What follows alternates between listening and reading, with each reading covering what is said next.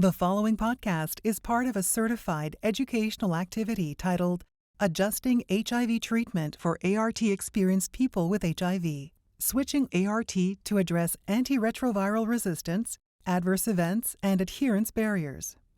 Access the entire activity and complete the post-test at peerview.com/WHB860. Downloadable slides and practice aids are also available. Hello, everyone. My name is Onyema Obuagu. I'm an associate professor of medicine and pharmacology at the Yale School of Medicine. I also direct the Antivirals and Vaccines Research Program of the Center of Infectious Diseases at Yale School of Medicine. I'm also a practicing clinician in the Yale New Haven Center for Infectious Diseases. I want to welcome you all to this educational activity on adjusting HIV treatment for ART experienced people with HIV. Our goals for today are to help you better understand the reasons that people with HIV may need adjustments to their ART regimens. We hope that this equips you with the necessary skills to engage people with HIV in effective dialogue to elicit needs and their preferences related to treatment. We hope to improve your ability to screen people with HIV who have not achieved or maintained virologic suppression with their current ART regimen.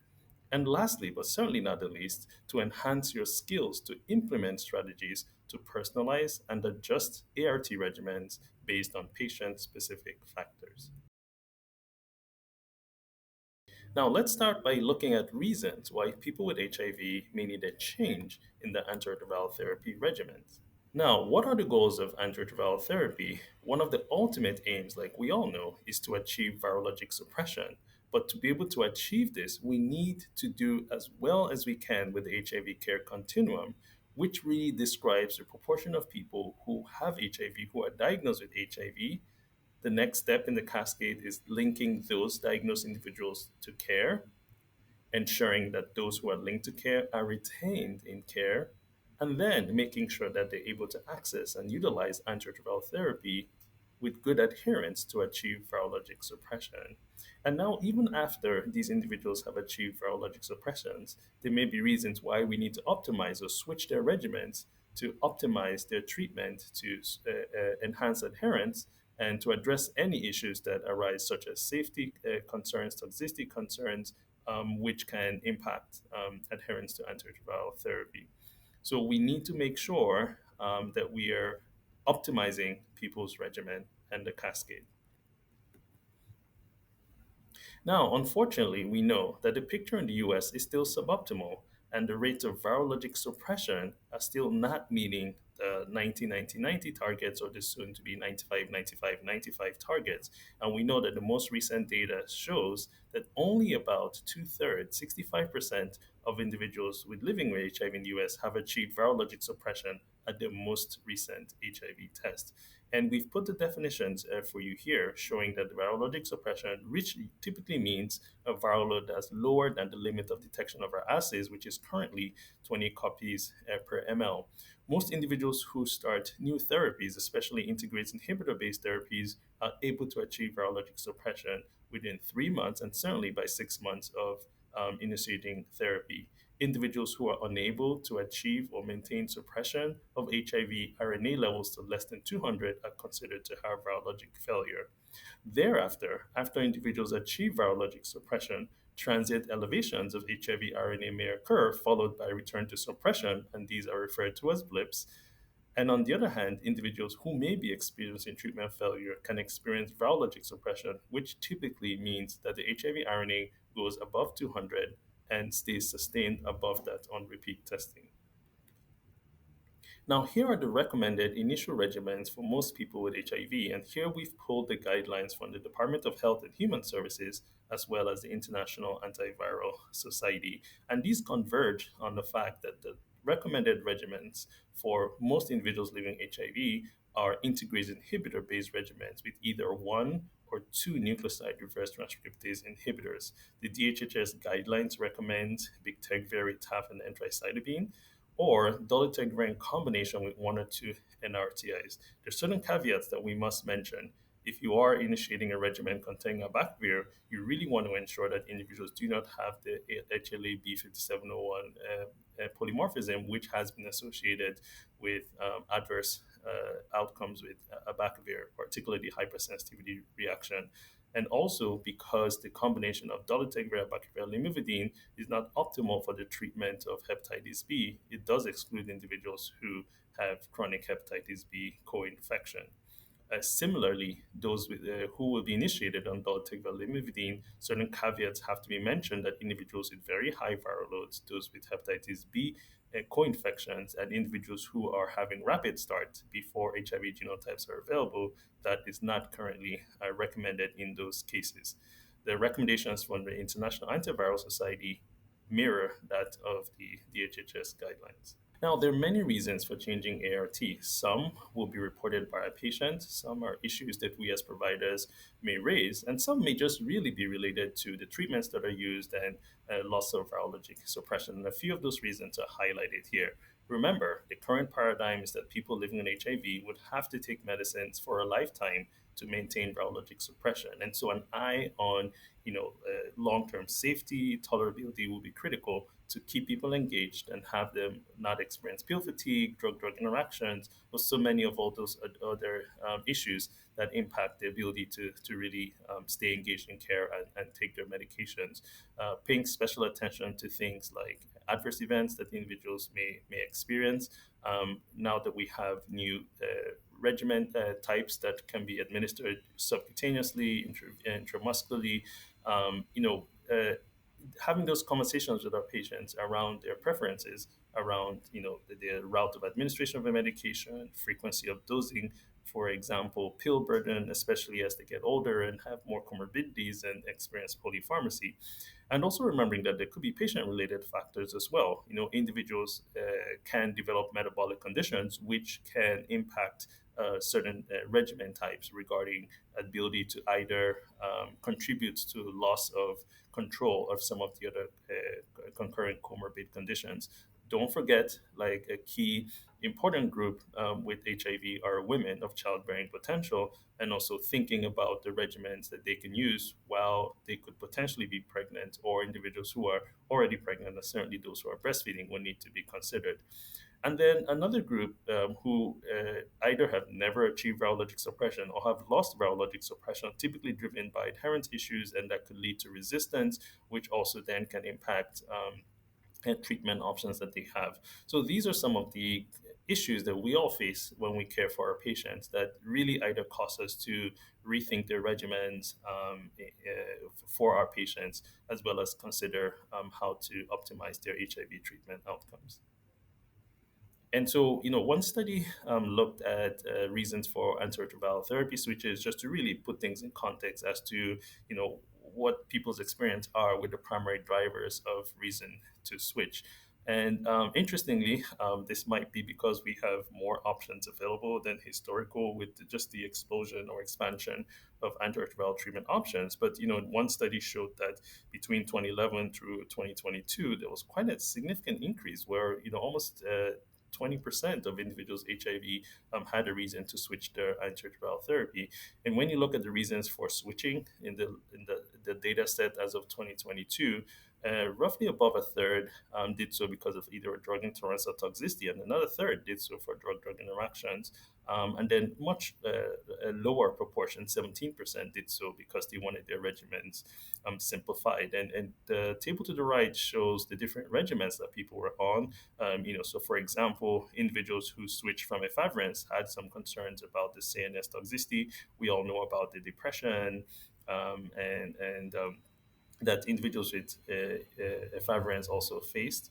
Individuals who were tenofovir disoproxil, we know that does have an impact on bone mineral density, and also in some cases can either contribute to renal compromise or should not be used in people who have already compromised renal function for other conditions. And so in the scenario, individuals switch, and as well as dolutegravir with with the central nervous system side effects. Many of you know that insomnia, and other neuropsychiatric side effects have been reported with the integrase inhibitors, both in the short term and long term users, as well as the concerns for weight gain. So there's certainly many reasons that people switch, and I think certainly paying attention to known long-term toxicities of some of these agents, and also trying to mitigate drug-drug interactions should certainly be key considerations for us for switching, and especially in the context of our HIV patient populations that are getting older. And then don't forget that even beyond drug-drug interactions, there's also a pill burden and cost considerations. And here we just highlight some of the key domains, if you will, comorbidity complications that people with HIV may face. And we know that these are conditions that both have a relatively higher prevalence in people with HIV, but they're also not an insignificant number of incident cases that occur as our patients stay on on antiretroviral therapy. We all know that non-HIV causes of death are the leading causes of mortality among people with HIV, with cancers and cardiovascular disease certainly being some of the leading causes of morbidity and mortality among our patient populations. And we certainly know that even conditions that contribute to things like cardiovascular disease, such as hypertension, diabetes, etc., also are overrepresented among people with HIV. We also know that there's also risk of developing premature renal failure, and again, some of those other conditions that predispose to either metabolic or renal disorders that also occur disproportionately among people with HIV, and that are people with HIV age also higher rates of chronic kidney disease that also put them at higher risk of associated complications with those metabolic disorders, and as well as bone health as well, particularly for individuals who've been on really long-term regimens, such as abacavir or TDF-containing regimens that have been associated with bone mineral density changes.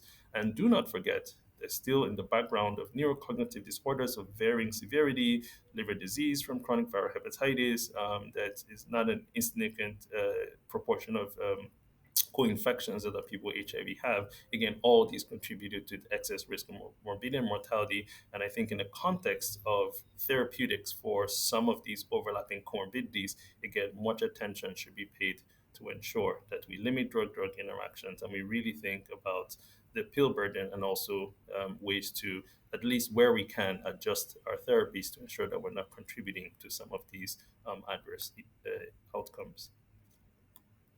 Now let's hone in on virologic failure specifically. And I think there are many factors that can contribute to that. Certainly at the person level, challenges to medication adherence. We know that, for example, young individuals, people who have active mental health disorders, active substance use, for example, can really struggle with taking a pill a day. People with social determinants of health challenges who have housing insecurity, and we even know things like stigma, where individuals really worry about disclosure of their status if they're found with pills, etc.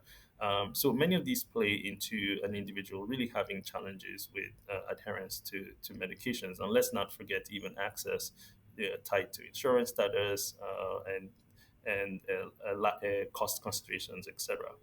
Um, Also, remember that at the virus level, there's certain things that can also result in virologic failure. I mean, we knew historically, for example, that rilpivirine-based regimens or regimens containing backbones containing abacavir as against tenofovir isoproxil seemed to do a little worse when it came to people with a very high pre-treatment RNA levels. And so we know that even as a standalone tended to be a challenge to some of the pre-contemporary regimens that we used to use. And then a last thing to highlight here is also that there may be certain things related to the treatments themselves, such as suboptimal pharmacokinetics or potency of drugs. Don't forget low genetic barrier that certain regimens have, such that development resistance tends to occur sooner. So, for example, the NNRTIs versus, let's say, the integrase has class, especially the second generation integrases that have a higher genetic barrier than others. And don't forget drug-drug interactions. We know, for example, that divalents and integrases, for example, divalents can really reduce the absorption of integrases to the point where you can actually lose activity because, that certainly interferes with gastric absorption of the medication. So these are very important things, and can coexist together to result in virologic failure, and certainly things we should look out for in a patient who are failing antiretroviral therapy. Now, one of the big concerns about virologic failure is that it's driven by drug resistance. And we know that drug resistance threatens the susceptibility to antiretroviral drugs.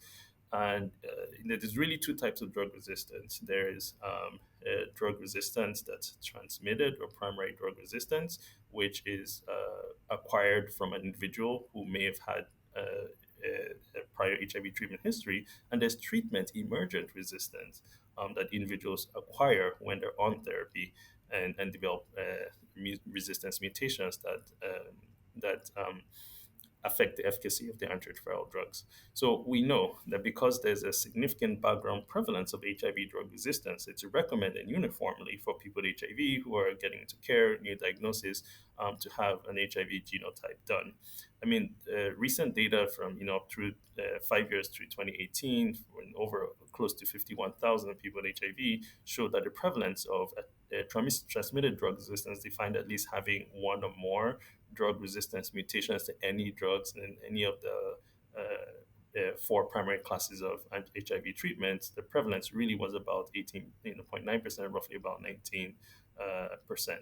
And of these, it appears that non-nucleoside reverse transcriptors tend to be the more common, and then followed by the NRTIs, and very, relatively lower resistance to the protease inhibitors and integrase transfer inhibitors, with the integrase transfer inhibitor really having the lowest prevalence of resistance, really under 1%. And I think this informs, some of the guidance around what we can use to start people on therapy, especially when we want to do rapid start.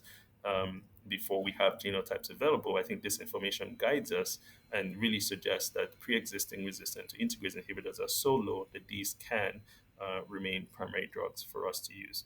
When we drill down to the specific types of mutations, the K103N, which reduces susceptibility to efavirenz and nevirapine, was the most prevalent, and then M1A4V, that also impacts susceptibility to emtricitabine and lamivudine, and this mutation has increased over time as well. Thankfully, low rates of resistance to tenofovir, as evidenced by the K65R mutation. So, as we previously mentioned, again, there's acquired drug resistance that is transmitted drug resistance, and then there's also pre-treatment HIV drug resistance, which individuals certainly can acquire at the time of infection or regards to previous treatments, especially in the context of switch. And then there's also individuals who are on HIV prevention modalities such as tenofovir and emtricitabine combinations, or we know the newer injectable cabotegravir, for example, which are the PrEP options that we have available. Individuals who have breakthrough infections on pre-exposure prophylaxis can have breakthrough with resistance. Thankfully, in most of these cases, individuals have suboptimal adherence. So you don't always have resistance in some of these cases, but a certain proportion of individuals who seroconvert while on PrEP may have drug resistance, particularly to the weaker components of the regimen, such as 3TC when tenofovir is combined with 3TC. And then certainly there have been emergence of integrase transfer mutations in individuals who have been taking cabotegravir. So this may be an increasing problem in the field as we experience with much more widespread use of PrEP and seroconversions on PrEP. I think thinking about what regimen they are on and using that to inform treatment regimens when they get infected would be important. Now, so we've talked about many drivers or reasons why people switch their regimens, and there has to be that patient-provider communication around how to make the switches and how we educate patients about what their options are, how we communicate with them the advantages and disadvantages known, and sometimes also convey what is unknown or what we're learning about regarding new regimens as they come available. But I think we would all appreciate that effective communication will be key to being able to successfully manage our patients. And so, I think we're in the era of individualized medicine, and I think there's no one size fits all. I think an individualized approach to patient care is really essential. And, increasingly we keep talking about the patient HIV treatment journey. And I think this is really from the patient perspective to understand, what treatment means to them, how they perceive the current treatments they're on, if there are any gaps or deficiencies or perceived deficiencies with the treatment strategy that they're currently going through. And patients have life events. They become more busy, they become less busy. Maybe they have to travel more, maybe they get a new job, maybe they're in a new relationship, they have a new medical condition, and these all feed into how they perceive the current modality of treatment. And so it could be in flux that how an individual feels at one time may be very different from where they are at another time of their lives. And certainly even aging also feeds into that. So I think we all understand, and really important for us to develop that rapport with our patients and try to elicit their preferences around their treatment options and listen to them and elicit their own feelings around their own HIV treatment. So, for example, what kind of things can providers discuss with their patients when switching regimens? Certainly, you want to ask, a person of childbearing potential about their plans for pregnancy and address their concerns about pregnancy, for example. You can also discuss side effects with the patients and, if they'll get worse or better, discussing comorbid conditions that may be associated with a certain regimen or not, talking about the barrier to resistance in a patient-friendly language that people understand, about what it means, for example, for a regimen to be forgiving, you know, what regimens are probably a little more forgiving if a dose is missed and how to manage missed doses, etc. And, also discussing the landscape of treatment options, orals, injectables, frequency of drugs, and eliciting apparent preferences. I think this all should be done in the context of, again, taking their medical history, HIV treatment history, inquiring about new medical conditions they may have acquired, medications they may have started off, and of course, certainly talking to them about side effects of treatments. I think gathering all this information then arms us with, the information we need to then have intelligent and nuanced conversation about their regimens and if a switch may be able to address any of the concerns or barriers that they're facing. And so, for example, we know that certain ARVs may exacerbate certain pre-existing conditions. So, for example, we know those with psychiatric disorders, depression, for example, which can be exacerbated by non-nucleoside reverse transcriptase inhibitors, particularly efavirenz and to some degree piperine, are important things, and in some cases can lead to bad outcomes like suicidality. So again, having that knowledge of the pre-existing the toxicities or adverse events that are linked to NRTIs can allow you the opportunity to address them, and certainly you want to withdraw a medication that is has the potential to exacerbate an underlying condition. And don't forget that comorbid condition may increase the risk of adverse events. So, for example, in someone who has underlying liver disease can be exacerbated by alcohol use. Co-infection and viral hepatitis can also worsen people's liver health, for example. And in some cases, there are also genetic factors. For example, how we use the HLA-B 5701 to assess individuals who are at higher risk for the abacavir hypersensitivity reaction. So again, I think paying attention to toxicities that patients experience and thinking about the ways that antiretroviral therapy may have potential to exacerbate those conditions, and making sure that that we're able to get people off of medications that pose a risk or harm to them. And, of course, the goal is to try to then switch people to then address the side effect or toxicity. So for example, we know about TDF versus TAF for bone health. For example, it does make sense that if someone has, lower bone mineral density, for example, that switching them off TDF to TAF may be a wonderful switch to address the bone toxicity that occurs with TDF, and to the point where even if there are cost differences, there's a cost benefit to doing that switch regarding to the toxicity that is experienced. There's ongoing investigation to try to assess one of the more vexing toxicities that we experience with antiretroviral therapy, which is weight gain. And data still remains mixed about certain combinations.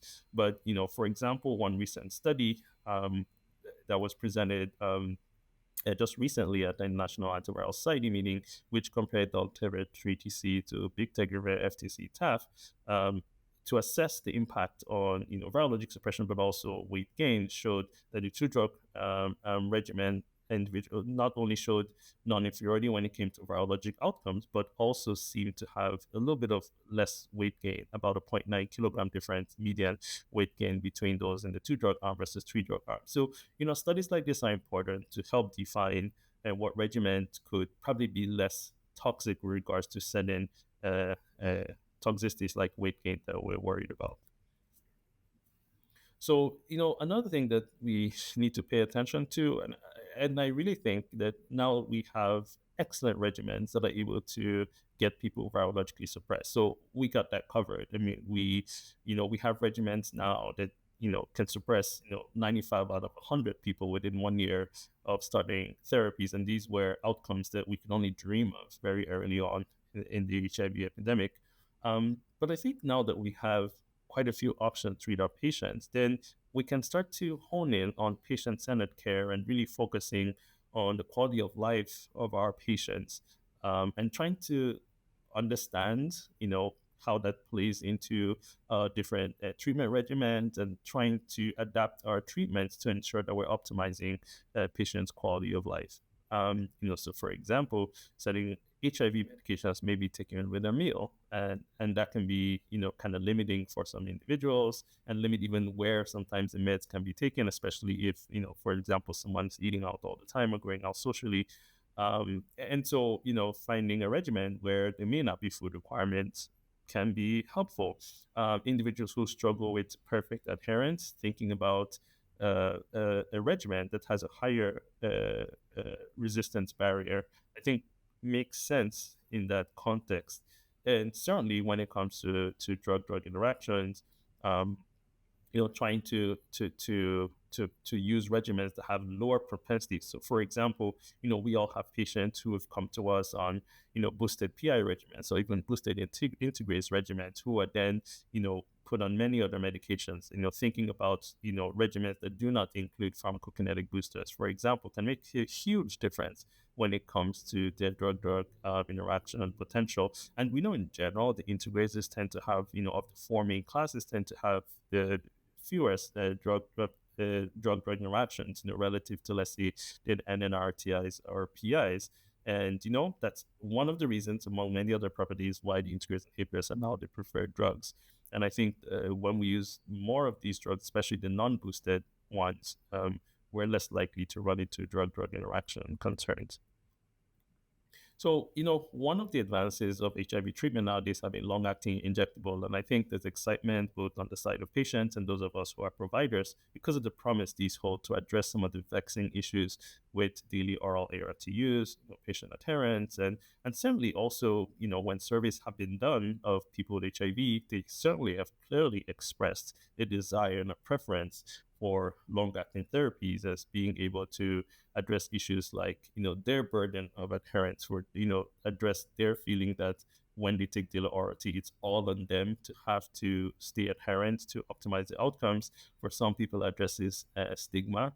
And even, psychosocial issues like that reminder that the daily pill does in reminding them that they have HIV as against getting a long-term ART for a clinic.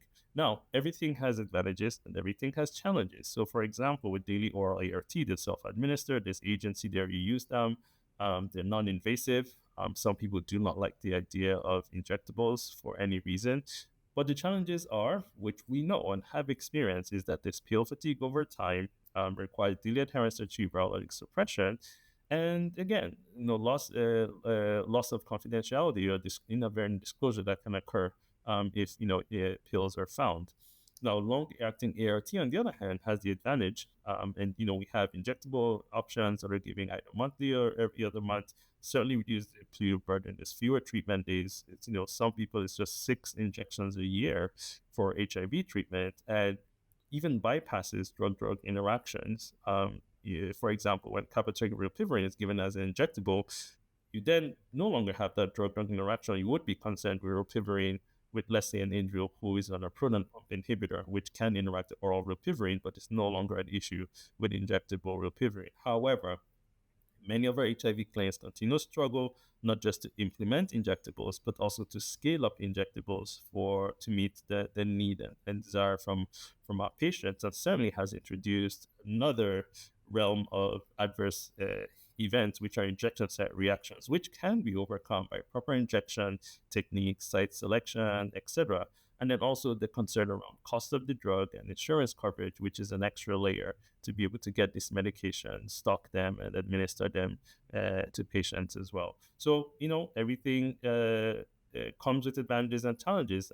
But again, here's where I think that beyond these advantages I mentioned, I think that these are conversations we need to have our patients as to their preferences, choice of antiretroviral drugs. As the mantra always is, the medications that people benefit most are those that they will take and they will use. And so if we make these usable for patients, then we're likely to optimize their treatment outcomes. I think, again, we need to think about, especially for individuals who may struggle with adherence, that we do have the option to think about medications that have a higher barrier to resistance. So, barrier to resistance really is related to the number of mutations the virus will have to accrue for there to be a loss of efficacy of the medications. And, we know that, some of the NRTIs like 3TC, FTC, and so the NRTIs, a single point mutation knocks them off, they have a low barrier to resistance. But then we know the protease inhibitors and the second generation integrase inhibitors have high barriers to resistance.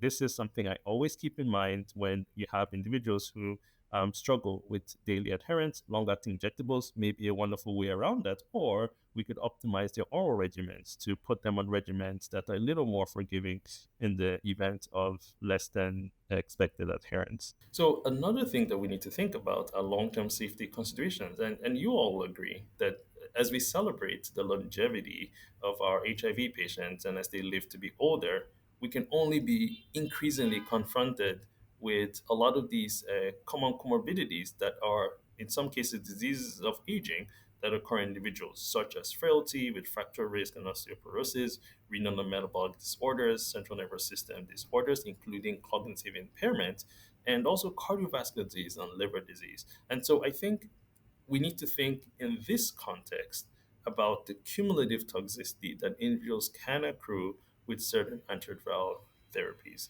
And while there are also non-antiretroviral therapeutic options that are emerging that are exciting, such as statins for cardiovascular disease, there's newer GLP-1 agonists, which seem to be a panacea for everything, that are modifying the risk of some of these disorders. At a minimum, I think we need to think about ways that we can adjust our antiretroviral therapy to minimize. We may not be able to eliminate, but at least minimize either exacerbating or contributing to these comorbidity profiles among our patient populations. Now, let's talk about pregnancy in people with HIV. Remember, this uh, applies to not just individuals who are pregnant, but also our considerations for individuals who have plans for pregnancy. Again, we know that one of the treatment goals of HIV for people who are pregnant is to maintain HIV suppression, and we want to keep this below low limits of detection because we can decrease or significantly reduce the risk of perinatal transmission and optimize the pregnant individual's health. Critically important. And we know that in most cases that ART regimens are safe and well tolerated in pregnancy, and we have excellent guidance in many of our guidelines. For example, DHHS guidelines based on data accrued over time with certain antiretroviral drugs that they're safe to be used in pregnancy with either similar background rate of adverse pregnancy or fetal events, such that they're safe to use, such as, for example, dolutegravir-based regimens, and more recently, addition to that group, which are bictegravir-based regimens. So we should certainly pay attention to the regimens that we use in pregnancy. For example, we do know that cobicistat containing regimens were shown to have lower levels in pregnancy, and certainly should be avoided to be used. So again, we really need to have conversations with our patients around their pre-pregnancy planning.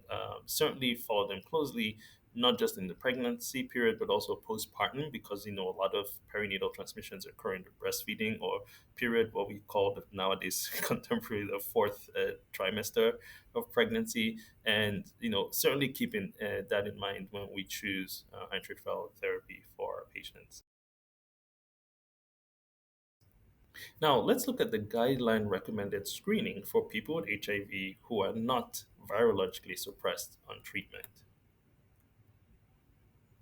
Now, before we switch regimens, it's really important to assess the reasons why people are failing a therapy, and also to make sure we have enough information to construct a new regimen. I've always said to my trainees, for example, that the answer may not always be switching a regimen. The answer may really start with trying to address what the barrier to adherence is, because a barrier to adherence, if not addressed, can also jeopardize future therapies if not addressed. Now, when an individual comes to us failing um, HIV treatment, again, we need to review their medical and complete antiretroviral therapy history. We need to make sure we have all drug resistance tests available. Once an individual has a mutation, it's always there, even if it doesn't show up on genotypes, because we know that when people on certain regimens, that selects out for certain resistant variants to be the predominant circulating. When you withdraw those drugs, the wild type seems to predominate. So you need that whole collection of previous genotypes where they're available. Then you start to gather information to help you select new treatment options, such as assessing viral tropism, for example, which allows you to assess if CCR5 antagonist, for example, is an option. Certainly, you want to check HLA-B 5701 if you're thinking of abacavir as an option, and then all the other things, adherence history, intolerances that people may have had, and certain things like pregnancy and hepatitis B status, which are critical for certain antiretroviral regimen. Again, sometimes when people fail antiretroviral regimen with drug resistance, the regimens that we can use as salvage in those instances tend to be much more complicated, and so we need to have conversations about our patients regarding dosing schedules and food requirements that may follow newer regimens that they may be placed on. So here's a laboratory schedule for if treatment modification or treatment failure. Certainly at ART initiation, you really want to grab a genotype, viral CD4 count, all those things that we used to, using a colloquial term, stage the HIV infection. And then certainly we want to monitor people following either initiating a modification their regimens, or so-called switch, typically within 4 to 8 weeks of making that switch. Now, for those with treatment failure, especially if they're on integrase inhibitors beyond a genotype, you also want to make sure you're checking for integrase resistance. And also, like we mentioned, checking for CCR5 tropism to see if it allows you to use a CCR5 antagonist, for example, as part of a salvage regimen. And so I think these are generally the approach for individuals who we're assessing. And don't forget that we need to make sure we do so-called toxicity basic labs, your CBC, basic metabolic panel, liver function test, etc. At least annually to assess any of the toxicity, and certainly things like a basic metabolic panel, ALT, liver function test, you check a little more regularly.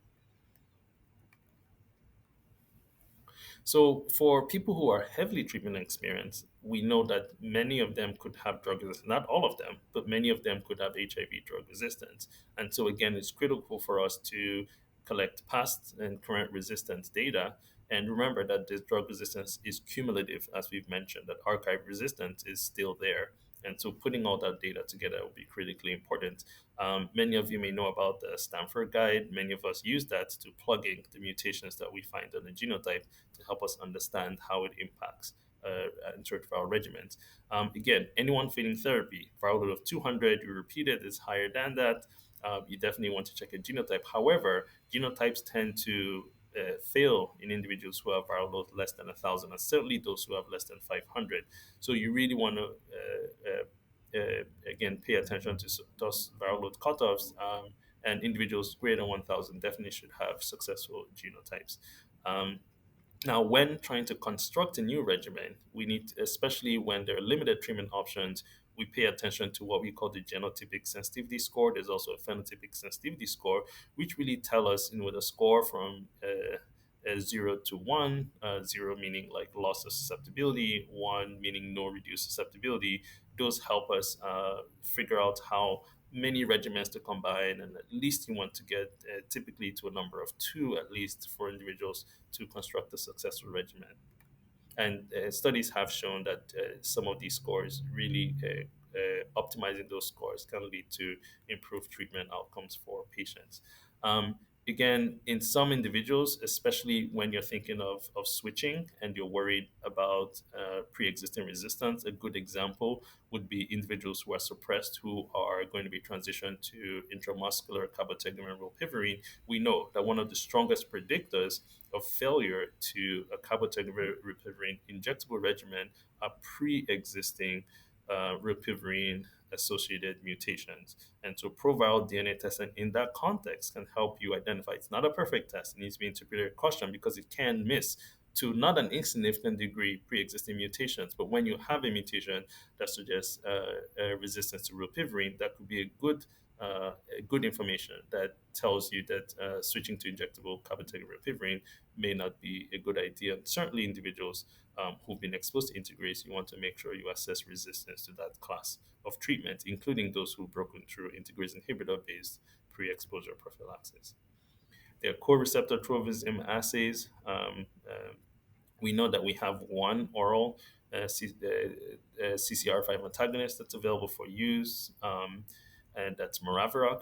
Um, we know that HIV could have tropism to either CCR5 or CXCR4 or both, or you could have mixed populations with each having unique tropism for CCR5 and CXCR4, which is so-called dual mixed. And so individuals who benefit the most from CCR5 antagonists are those who have CCR5 trophic viruses alone. Any other combination will not work. So CXCR4, dual mixed or dual trophic viral strains would not be are not optimal for using CCR5 antagonists. So I think this is a test that could be really, really important to define the role of a CCR5 antagonist for treatment. Um, we won't belabor this point. We've talked about HLA-B 5701 that again predicts a risk of hypersensitivity reaction to abacavir. It appears that it may be higher prevalence in white individuals compared to black individuals.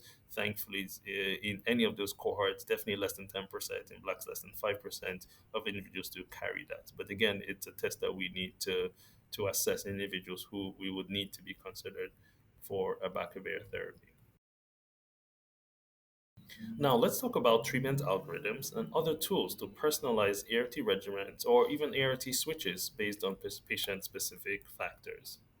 So, again, when you're thinking about newer ARV options, certainly thinking about barrier to adherence would matter. Tolerability is huge.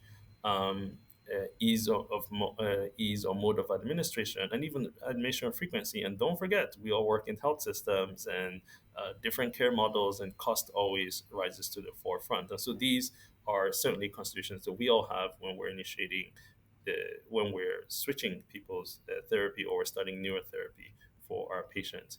When we're switching regimens during pregnancy, again, the goal is to really have people suppressed. It has implications for their not having a C-section, for their inability to transmit HIV to their progeny, etc.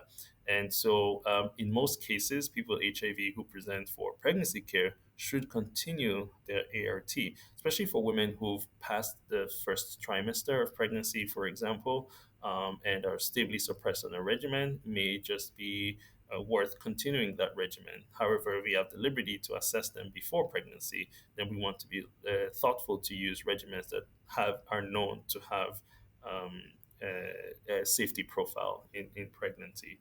And so the updates as of recent updates are dolutegravir remains primary regimen that's recommended. Bictegravir is now recommended as an alternative regimen for use in pregnancy, and darunavir is now an alternative regimen rather than preferred. So the PIs have been the darunavir has been moved to an alternative regimen.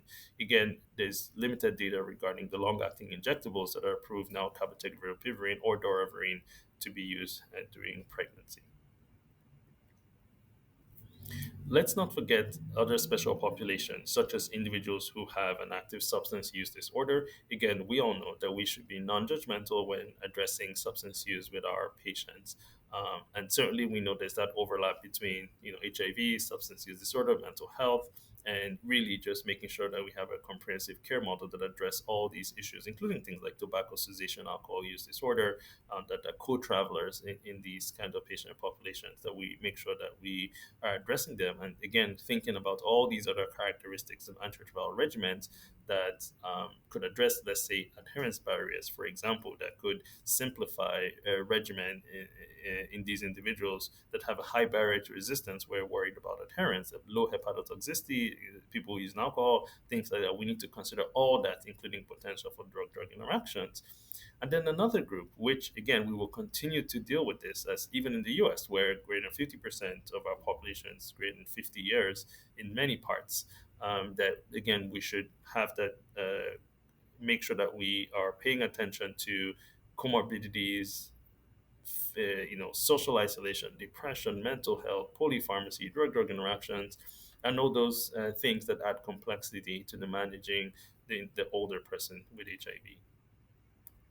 Thankfully, there's been quite significant advancements in HIV therapeutics, and some of these have included those that have novel mechanisms of action, and some of those approved more recently include lenacapavir, which is a novel capsid inhibitor, first in class, a capsid inhibitor for HIV.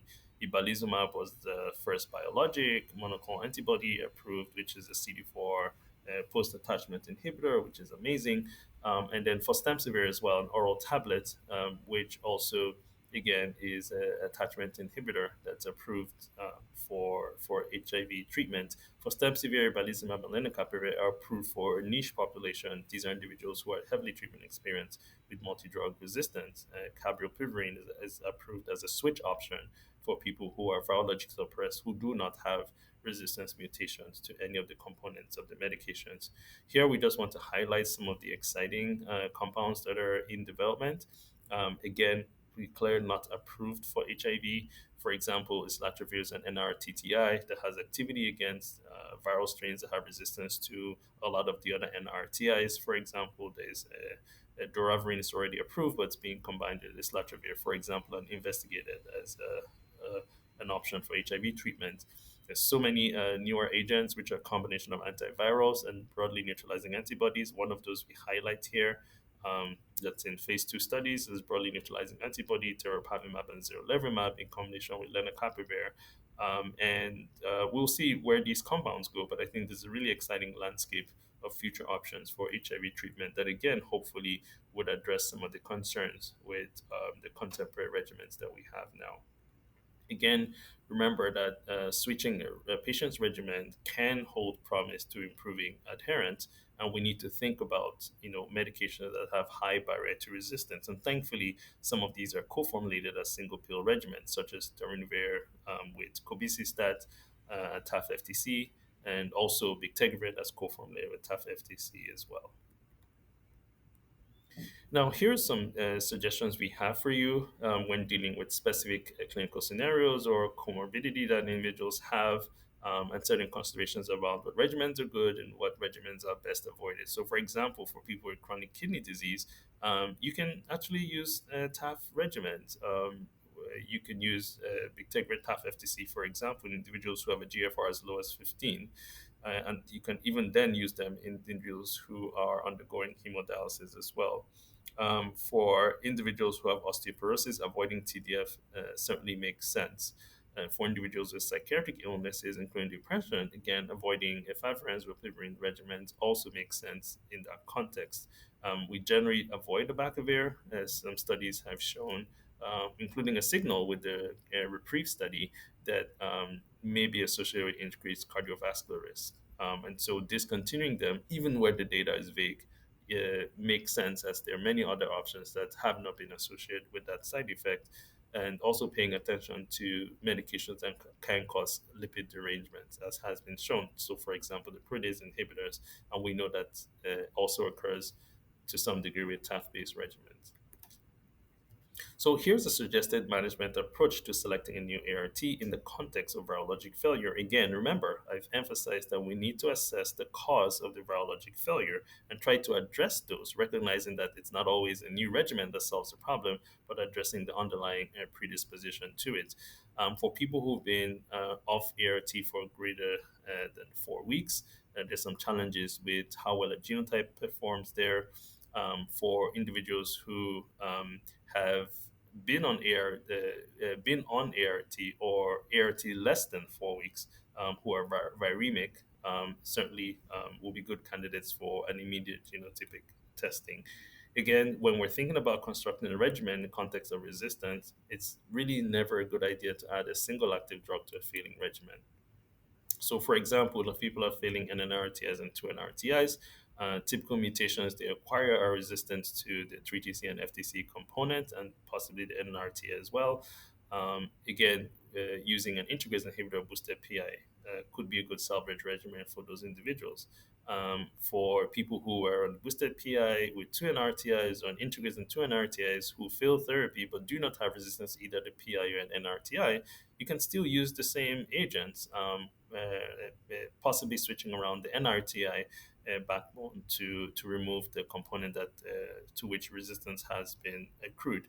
Now, it gets challenging when we have resistance to the integrases, especially not just the first generation, but you lose susceptible to some of the second generation NRTIs. Then you have to use boosted protease inhibitors, where you have first generation INSTI alone, but susceptibility to bictegravir and dolutegravir. Dolutegravir can be dosed twice a day.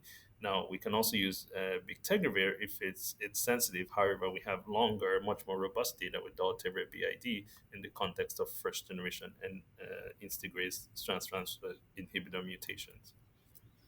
Now, it gets more complex when you have second regimen failure and beyond, and this is a context where people are now accruing quite a significant amount of drug resistance, and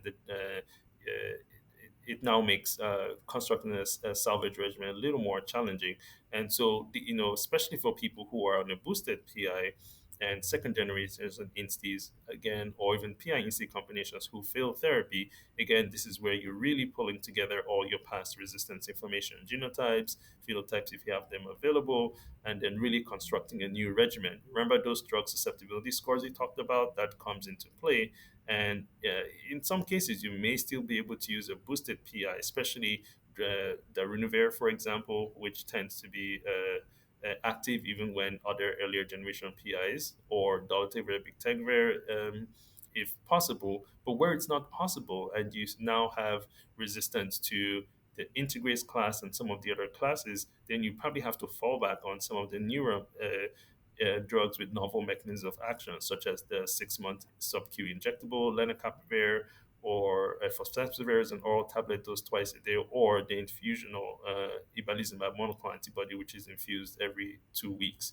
These would then come into play, and if you have CCR5 trophism, sometimes for people who have been treated with HIV for a long time, they do have a shift in trophism to CXCR4, but for those who still retain pure CCR5 trophism, Moravirok might be an option, and certainly if you're on a center that offers clinical trials for these type of patients, may be a good idea. Now, where individuals are failing a regimen, they have suspected drug resistance, and we know we all have patients like this where we have limited or incomplete ARV treatment history as well as resistance history. I recently had a patient who came to me who had been incarcerated for long periods of time and had jail records around their ART regimen and was failing therapy, and it's really difficult to find some of those regimens. So you do what you can to take a treatment history. Of course, you try to assess whatever resistance information you have, but bearing in mind that you may not have that information, especially if they came to you off of treatment. In some of those cases, we restart the old regimen that they were on, the most recent one they were on, monitor virologic response. And if they don't suppress, then you do resistant testing and then can construct a new regimen to address suppressing the virus. Again, thinking about medications with high barrier to resistance where possible. Now, one exciting regimen that's recently been approved is cabotegravir-rilpivirine, a combination of an integrated strand transfer inhibitor and a non-nucleoside reverse transcriptase inhibitor. They both have favorable pharmacokinetic profiles, so they were good bedfellows to combine in a complete regimen. It's exciting because it was the first complete long-acting regimen for the treatment of HIV that's approved, and the current labels that can be used in adults and adolescents who are 12 years of age or older who weigh at least 35 kilograms. For now, the recommendation is for this to be used in individuals who are virologically suppressed with no history of treatment failure, and the approvals are as shown.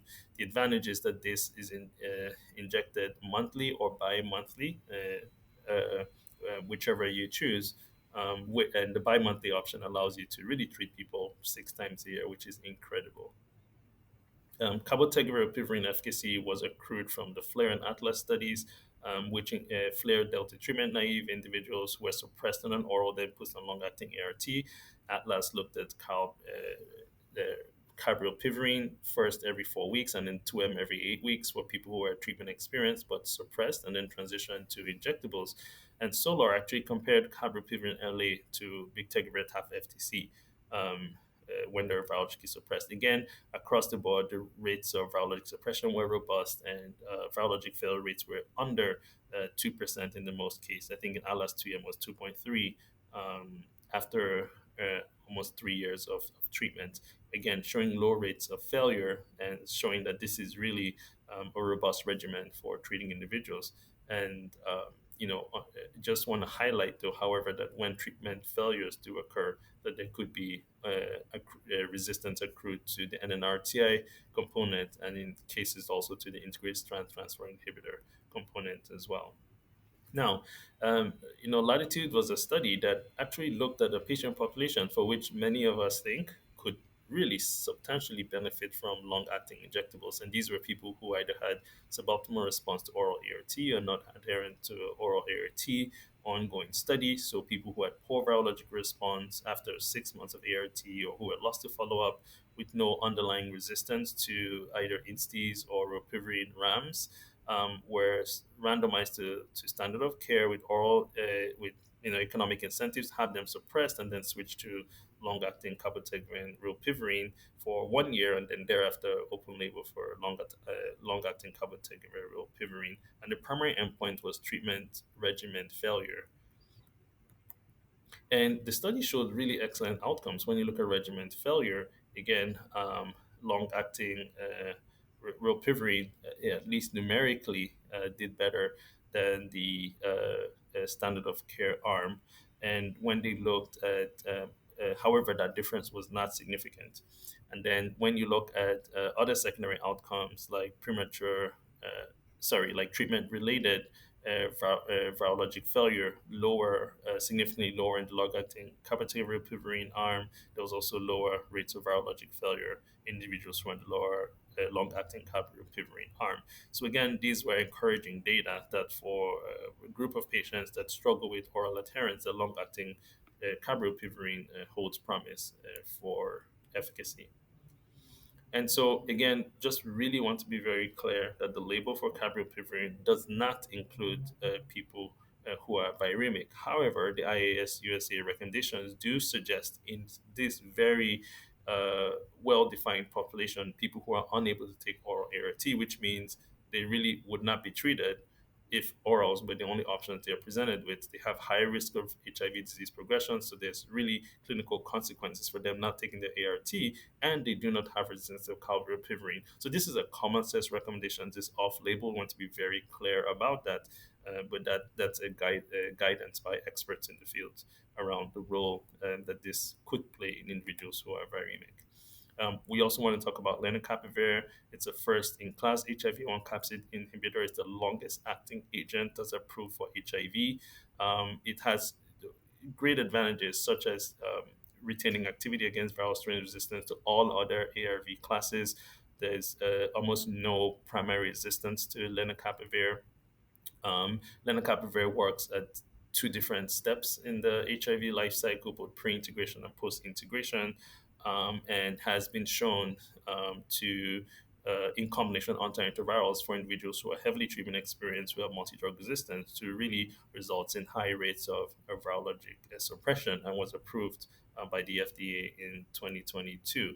And so the pivotal trial for lenacapavir was the Capella trial. It was a phase 2/3 trial that looked at people who were failing therapy, so they have viral loads 400 copies or greater. They had resistance to two or more agents in either NRTI, NNRTI, integrase, or PI class of drugs, and less than two fully active agents from the four main ARV classes that were fully active against the viral isolates. So they were either randomized to uh, doing if they had a pre-screening and a screening viral load that remained elevated without less than a decline of half a log between both measurements, then they were put into randomized cohort and randomized 2 to 1 to len versus placebo. So here was the so-called functional monotherapy part of the study, where you wanted to see in these guys failing therapy, how did oral len do to placebo in regards to virologic decay in the first 2 weeks. And then thereafter, everyone was moved on to lenacapavir with an optimized background regimen that was investigator selected. The non-randomized cohort was open label. People got a oral lead-in with oral lenacapavir with an optimized background regimen, and then continued thereafter with injectable lenacapavir after the initial 2 weeks. So in the Capella study, here are the outcomes at 1 year and 2 years. And you can see at 1 year, the rates of virologic suppression, less defined as less than 50 copies per ml, occurred in 78% of those individuals. 82% actually had viral loads less than 200 at 1 year. At 2 years, virologic suppression rates were still robust, 62% less than 50, and 63% less than 200. A lot of you remember that a lot of them did not have virologic data, so those numbers don't entirely reflect those who had documented virologic failure. Those were lower at 17% and 16%. And so when we do the missing equal to excluded analysis, then you see that 81%, 81.5% were suppressed at 2 years into this. And these are just amazing numbers for individuals who had very limited treatment options. However, we need to caution that for individuals who failed therapy in Capella's study, and these were typically people who either were non adherent to the oral components of the optimized background regimen, so they were on Len monotherapy, or they had resistance to they had such resistance that you couldn't have another fully active agent that could be combined in lenacapavir. So in those cases, it tended to occur in functional monotherapy individuals, and I think that's a lesson for the context in which lenacapavir should be used. That we need to pay attention to make sure that we at least have one additional agent with full activity that can be combined with lenacapavir, so as not to lose its efficacy.